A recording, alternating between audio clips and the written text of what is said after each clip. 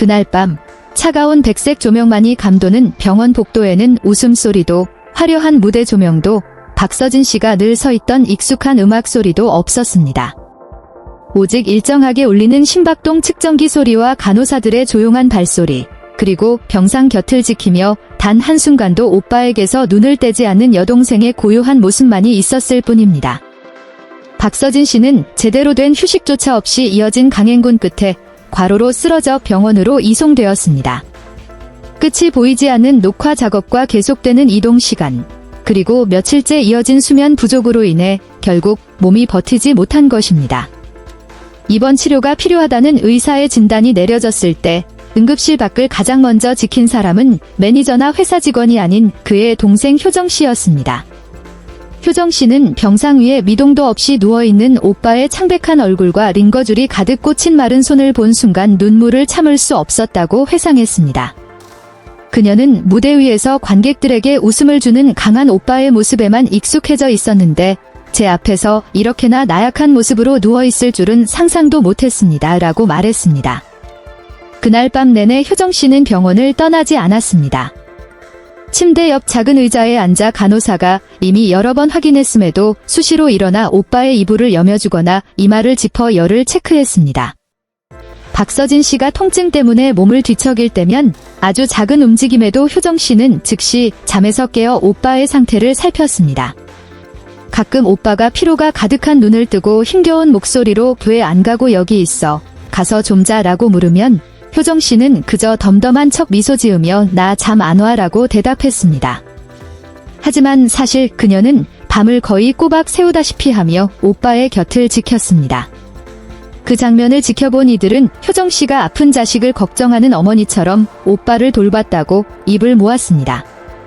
그녀는 의사의 당부사항을 하나하나 기억하고 약 먹을 시간을 꼼꼼히 기록했으며 물 한 모금까지 정성껏 챙겼습니다.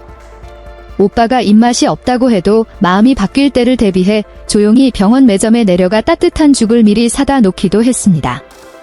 효정 씨는 오빠는 혼자 참는 것에 너무 익숙한 사람입니다. 라며 안타까워했습니다.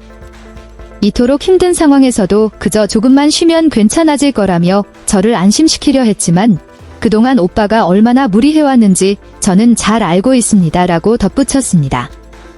수년 동안 박서진 씨는 집안의 든든한 가장이었습니다. 아주 어린 나이부터 가족을 부양하고 부모님을 모시며 동생들을 챙겨야 한다는 책임감을 짊어지고 살았습니다. 자신을 위한 쇼핑이나 제대로 된 휴식은 그에게 사치였습니다. 그에게 가족은 언제나 삶의 최우선 순위였습니다. 그렇기에 과로로 쓰러진 오빠의 모습을 지켜보는 효정 씨의 마음은 미어질 수밖에 없었습니다. 그녀는 목이 메는 목소리로 기재 오빠가 돈을 더 벌어오지 않아도 좋습니다. 그저 오빠가 맛있는 거 먹고 잠이라도 편하게 잤으면 좋겠어요. 라고 말했습니다. 그 말은 많은 이들을 숙연하게 만들었습니다. 성공의 척도가 숫자나 계약, 수익으로 결정되는 연예계에서 효정 씨의 바람은 아플 정도로 소박했습니다.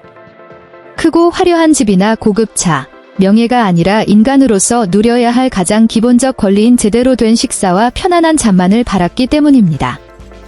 고요한 밤, 효정 씨는 의자에 앉아 많은 추억을 떠올렸습니다. 어릴 적 오빠가 늦게 일을 마치고 돌아오면서도 자신이 좋아하는 음식을 꼭 사왔던 일, 가족 앞에서는 피곤함을 숨기고 웃어주던 일, 때로는 압박감에 예민해졌다가도 나중에 조용히 미안하다고 사과하던 오빠의 모습을 말입니다. 효정 씨는 오빠는 한 번도 자신만을 위해 살아본 적이 없는 사람입니다.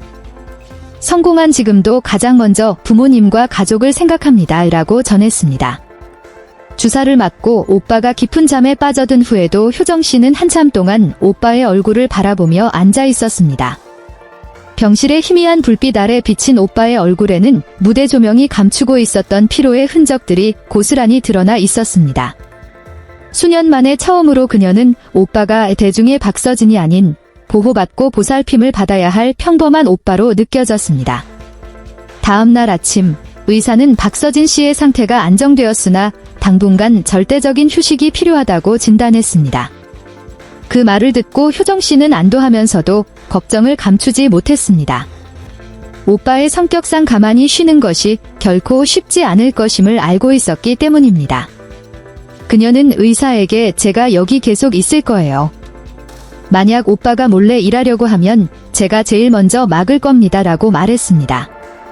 그 말에 주변 사람들은 웃음이 터졌지만 그녀의 눈빛에 담긴 단호한 결심만큼은 모두가 느낄 수 있었습니다. 효정 씨가 병원에서 박서진 씨를 돌본 이 이야기는 금세 퍼져나가 많은 사람의 심금을 울렸습니다. 극적인 사건은 아니었지만 너무나도 진실했기 때문입니다. 묵묵히 짐을 짊어지는 오빠와 소리 없이 사랑을 전하는 여동생, 그리고 말로 다 할 수 없는 가족 간의 희생은 우리 모두의 가족 모습을 떠올리게 했습니다. 화려한 연예계의 겉모습과 그 이면의 압박 속에서 이 사건은 성공한 예술가이기 이전에 그들도 피로를 느끼고 아픔을 아는 인간이며 가족의 품이 절실히 필요한 존재라는 사실을 일깨워 주었습니다. 그 하얀 병원의 밤, 박서진 씨가 받은 가장 귀한 선물은 의료진의 처치보다도 동생의 조용한 사랑이었습니다. 세상 그 무엇보다 오빠의 평온한 식사와 단짠만을 바라는 동생의 진심 말입니다.